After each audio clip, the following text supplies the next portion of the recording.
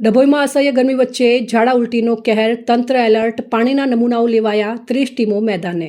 ડભોઈ નગરમાં છેલ્લા એક અઠવાડિયાથી પડી રહેલી કાળઝાળ ગરમીના કારણે ઝાડા ઉલટીના કેસોમાં વધારો જોવા મળી રહ્યો છે. કોઈ મોટો રોગચાળો ફેલાય નહીં તે માટે આરોગ્ય તંત્ર સંપૂર્ણ રીતે સજ્જ બન્યું છે.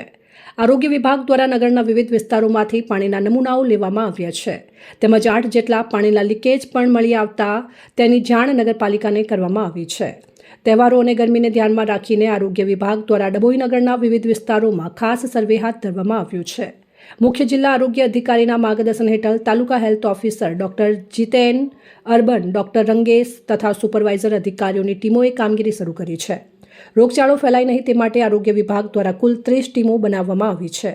ટીમોએ અસરગ્રસ્ત વિસ્તારો સહિત નગરના અલગ અલગ ભાગોમાં ફરી પાણીના નમૂનાઓ લીધા હતા. તેની ચકાસણી માટે લેબોરેટરીમાં મોકલવામાં આવ્યા છે.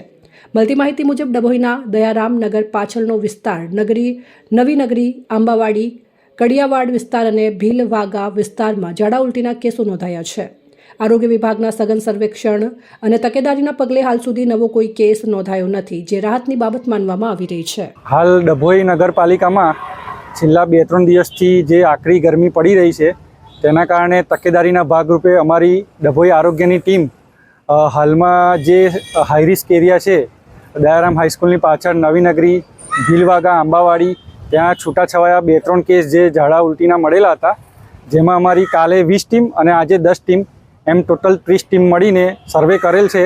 અને હાલમાં કોઈ નવા કેસો જોવા મળેલ નથી અને પરિસ્થિતિ ખૂબ જ ગંભીર છે નથી.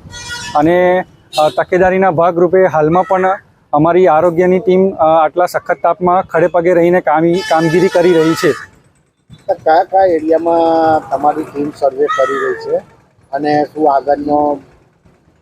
હા, તો નવી નગરી, ભીલવાગો, આંબાવાડી, દયારામ હાઈસ્કૂલની પાછળ, કડિયાવાડ જેવા 4-5 એરિયા છે.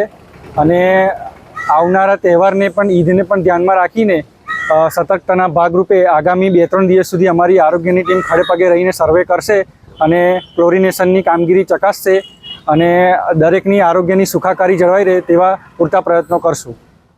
રિપોર્ટ પરવીન વસાવા, સંબંધ ભારત ન્યૂઝ, ડભોઈ, વડોદરા.